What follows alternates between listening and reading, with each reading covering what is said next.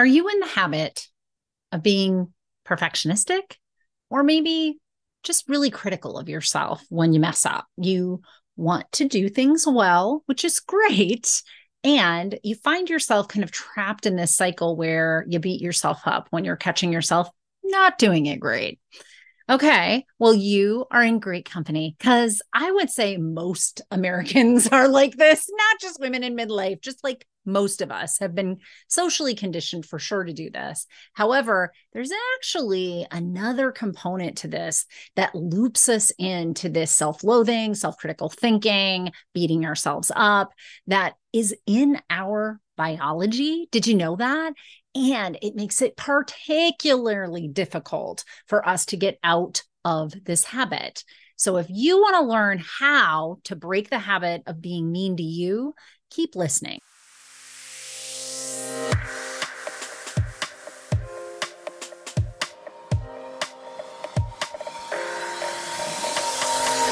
Welcome. This is Midlife Crisis to a Centered Life Thriving, a podcast that teaches women in midlife to unapologetically stop silencing their dreams and start designing the lives they want to live in. I'm your host, Dr. Natalie, and as a clinical psychologist of the last 2 decades and a twice divorced single mother myself, I not only know how hard it can feel heading into midlife, I am living it right here with you. I have taken all the many failed attempts and lessons learned in my own life and combine it with my extensive clinical experience to give you the tools you need to make midlife the best time in your life. No joke. So let's get started.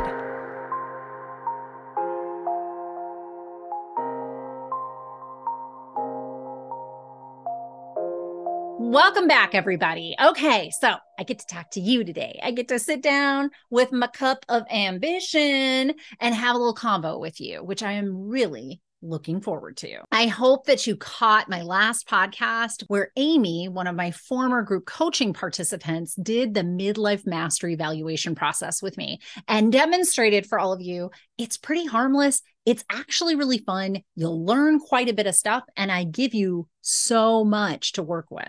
Now, Amy is ahead of us. You know, she did my group coaching program, so she's a little ahead of us and as far as getting into this centered life thriving concept, really choosing the life we want to be living in instead of just living the life that we're not feeling comfortable with, but we don't hate. We're not in a midlife crisis yet, but we really are kind of in that midlife unraveling and realizing some of this stuff ain't working for us. You know, this is not my thing. Some of this stuff is not working for us. This is not working. So we are looking for the things that we need to do to find that centered life thriving, right? I hope you listened though, because you really can hear that even in somebody that's doing the work like Amy, there are always places to improve. And one of the topics that came up is one of probably the biggest barriers, one of the vulnerabilities most women have. So you heard me talk about the fact that we are not quite kind to ourselves, correct? Now, here's a little clip as Amy and I were talking about it last week. I know I need to be okay with asking for help when I need it. And I don't like to do it because then it lets other people know that you can't do everything by yourself. Right. So that sucks. Yep.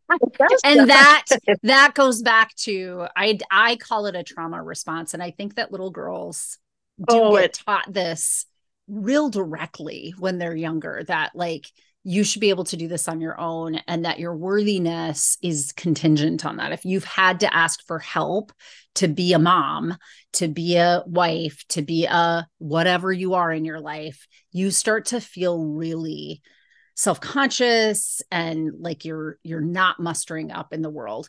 That started long before the roles of our adult life, long before. So, you know, we can let go and have some compassion towards ourselves that our own common humanity as women is. We we didn't get here not being hyper independent, but hyper independence is a trauma response that the world taught us to be when it didn't know what to do with us or how to make us function, whatever. So that's a podcast I could talk for hours on that subject. So I won't go into it further here, but it's something that comes with all of us and is probably a place we all can be working on.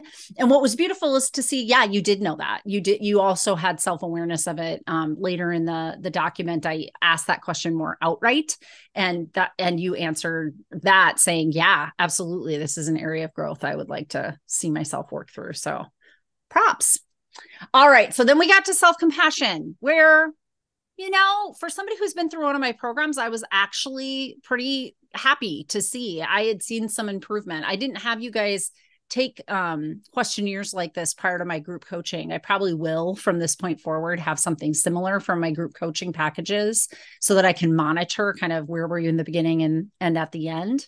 But I can say that because I know you, that it's mildly low, but it's better than where I remember you being at. So you've definitely improved in your ability to be to see your own common humanity, to be understanding and know that common humanity is a thing, but you're still struggling with some of those smaller things about showing yourself kindness and, being your own champion and lifting yourself up. If somebody else needs it in your life, I bet you're Johnny on the spot. But when it's for you, you're still kind of in some of that past way of thinking and believing about yourself in a very self-critical manner. Does that fit for you, Amy? Does that sound right? Oh, absolutely. That fits with my inner perfectionist, which goes hand in hand with the part of me that does not like to ask for help when I need it. Yeah. Yeah. Isn't it funny? Together. Isn't it funny how that happens? So these are like, they're kind of working with one another. Well, I'm glad to hear that you see it that way too, because I think in some of the highlights and then later in some of the suggestions I give you, I'm actually having you combine those two in how you're getting your needs met. So you'll see a little bit later kind of the method to my madness with that. Now, what I find to be so fascinating is it is such a universal concept, this idea that we ourselves are stuck. Really, that's what it is. We're just stuck in our own biology of looking at what's not working and staying focused to ward that off happening in the future. We're in our threat response system. Now, most of us know this to be fight or flight, but there's actually 4 ways that we show up when our life feels threatened. One is to get angry, fighting. One is to get really scared or fearful, fleeing. And one is to freeze entirely. Have you ever been there where you're just feeling paralyzed and overwhelmed and unable to do another thing? Yeah. And the fourth, not as familiar or talked about, is fawning, which is to preventatively try and ward off any possibility you'll ever be here again. That the conflict is so horrible of ever doing something like this again that you will try and get out of it before it ever happens. You'll try to design a life where you're perfect and it won't ever happen. Does this sound familiar?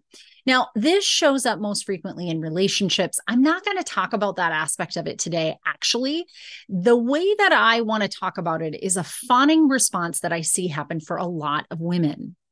We've been programmed, and I did call this a trauma response in the episode with Amy on purpose.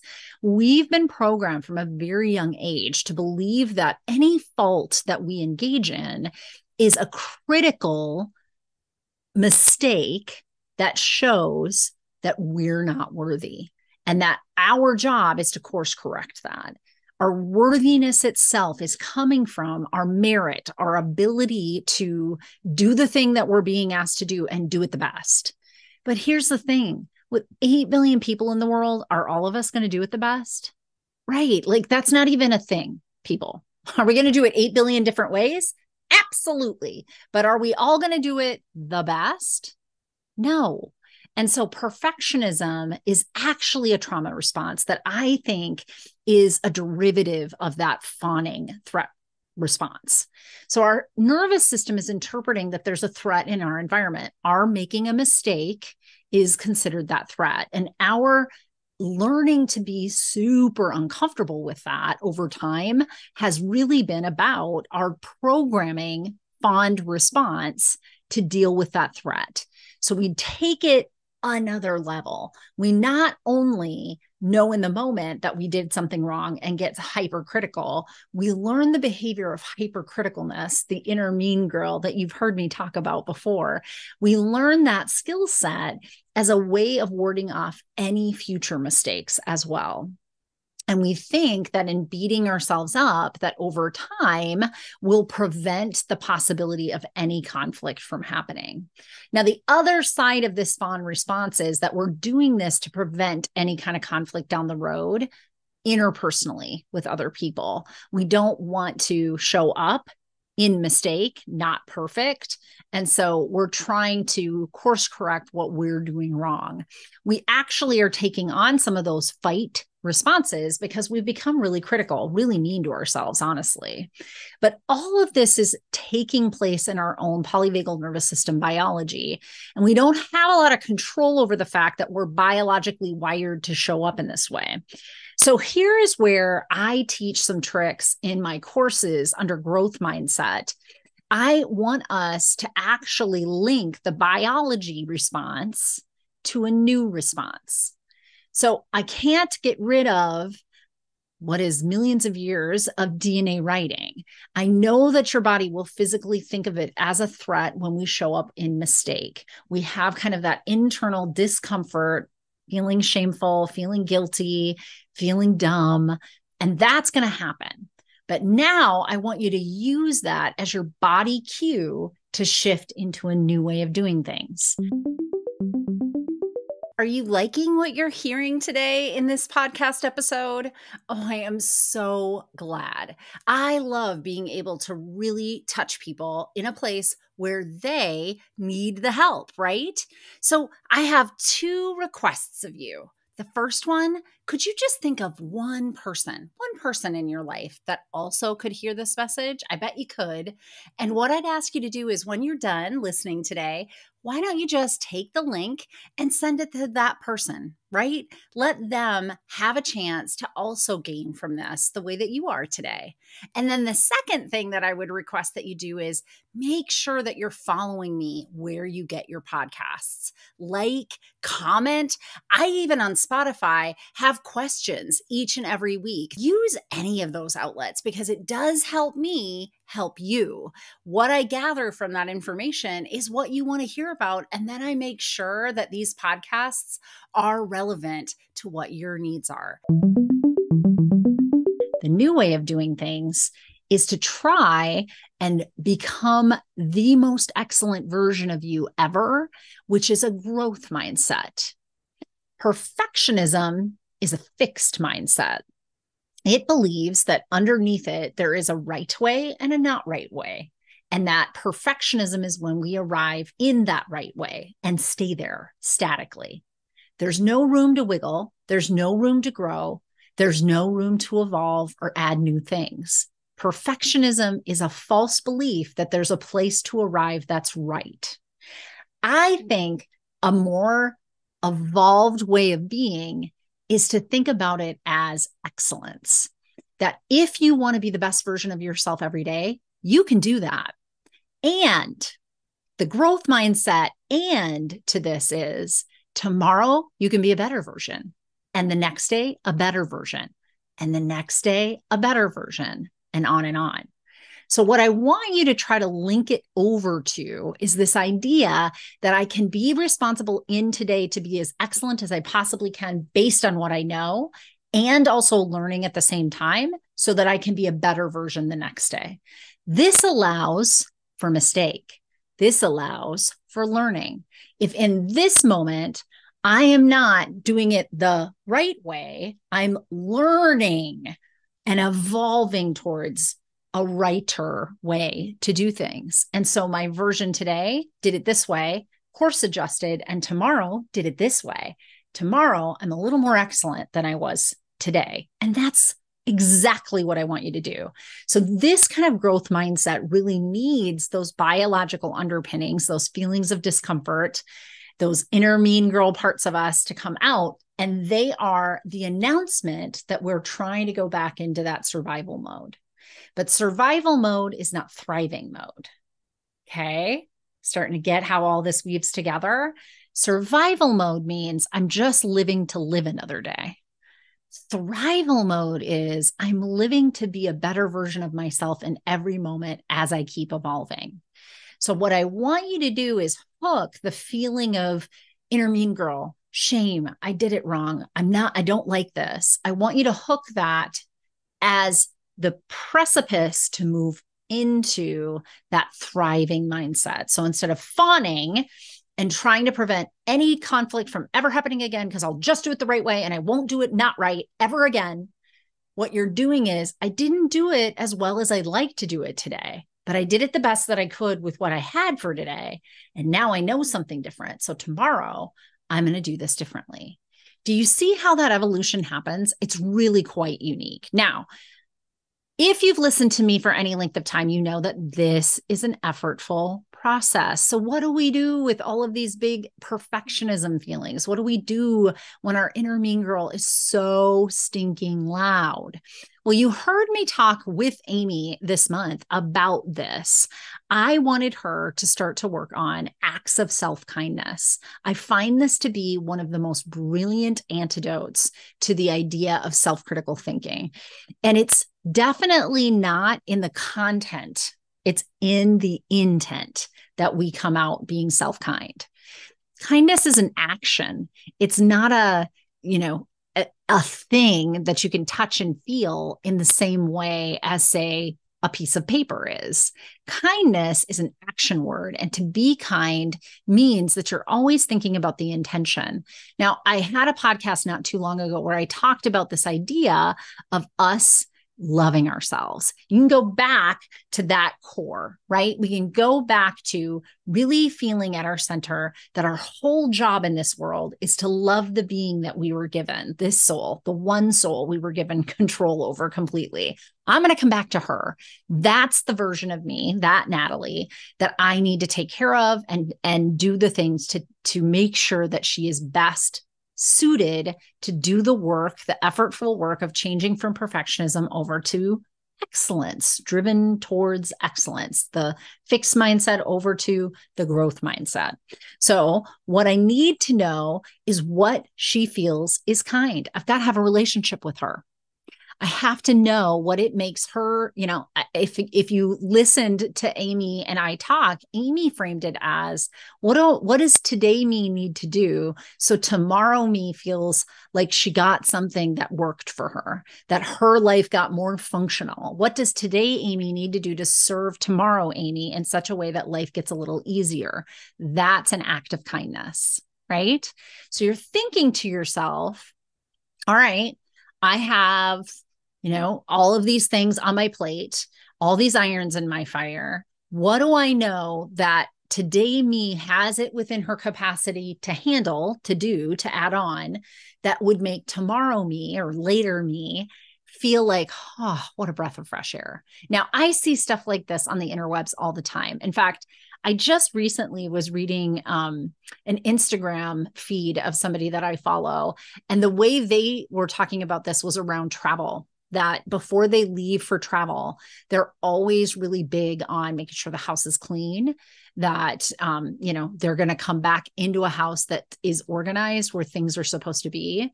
And depending on the length of that trip, that there is some sort of meal ready prepared, like something in the freezer you can throw into the oven or something like that, or like in the fridge, like you just eat it, or items are there, right? But she wanted to make sure that when she got home from travel, that those two things were in place. My house looks neat. I don't feel like I'm walking into a to-do list, and I have a meal prepared for me for the appropriate time of day that I was supposed to get home, right? Now, of course, that's barring travel plans switching up and getting home late. But I really love this. This is a great example of today me taking care with an act of self-kindness, tomorrow me.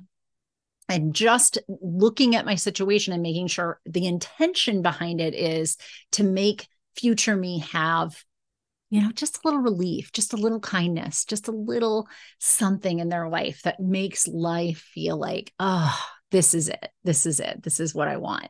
Now, does it arrive at perfection? No. But I think these acts of self-kindness really over time develop a trust with yourself, which I know sounds a little strange, but think about it. Like if you've got somebody in your life that's always kind of there for you, made sure that you had this, asked you about that, when you needed help, said yes. What happens over time is we build trust with them, right? And so these small acts of kindness really are a big generator of that trust. I want you to be giving yourself small acts of kindness because over time, what I see happening for you is that you will start to trust that that will happen. And that if it hasn't happened, there must be an exception for that, that the rule really is that you're usually very much invested in those self-kindness acts. And if you trust that, even if you waver in it, your body and your mind knows, yeah, but I got my back. I got this. Like the travel plans changed. The meal didn't work out, but guess what? I know I got my back, so I'll be okay. And the next time it'll be adjusted and we'll do a little better. You can see how these concepts now complement each other. That pursuit from fixed mindset to growth mindset, where you're perfectionistic to aspiring for excellence, and acting in a way that's kind to yourself in small little increments eventually builds this really unbelievable trust that you have your own back.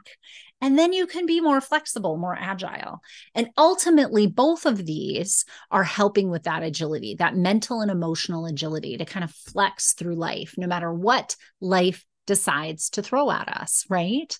So if there was something that you could pull from this really great example in the midlife valuation with Amy this month, it's that I want you to know, first of all, you're normal, that you are wired to be more focused on the negative. And so your inner mean girl, she's supposed to be there.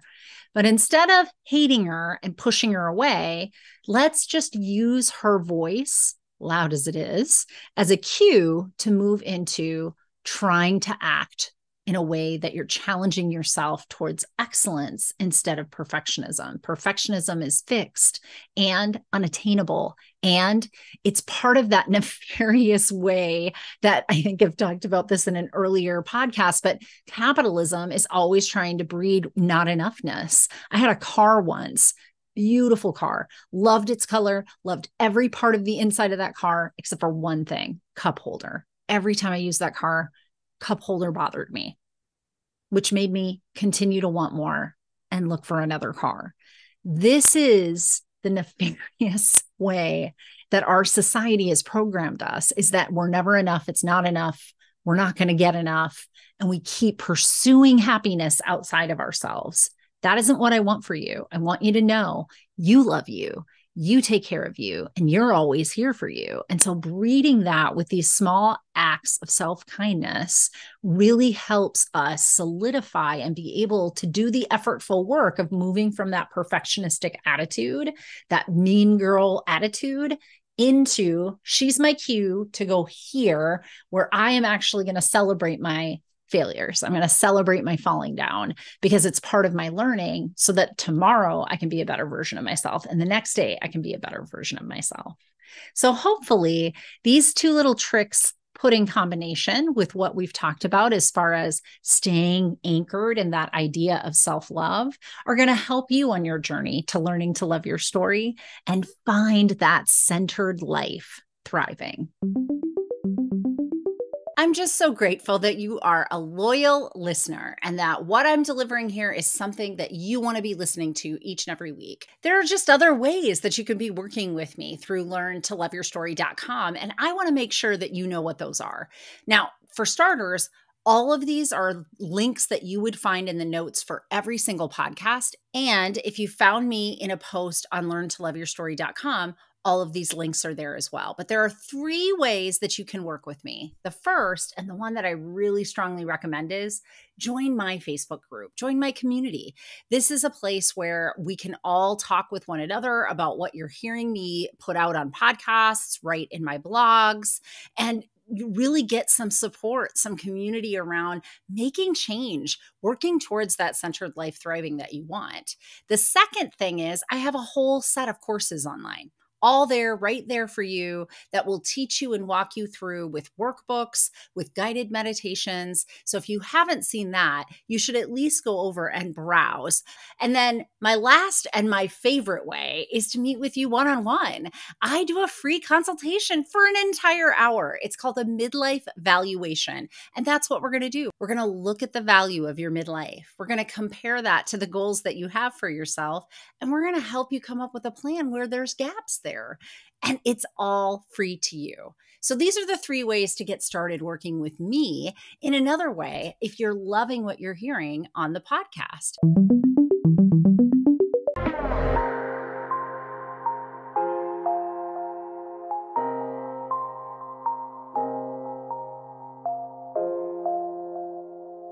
All right, so I'm adding a little addition here. It's the legal stuff. Just so you're aware, nothing in any of these podcasts constitutes actual psychotherapy. Yes, I am a licensed clinical psychologist in the state of Minnesota, but everything here is just educational in nature and is a suggestion of things that you could be doing in your own life to learn how to love the life that you're in instead of waiting for a life that you're dreaming of to come towards you. So just remember, this is not therapy. And if ever you need any resources for mental health, look in my notes and I'll always have a little blurb at the bottom where you can click on a link and get those services for yourself.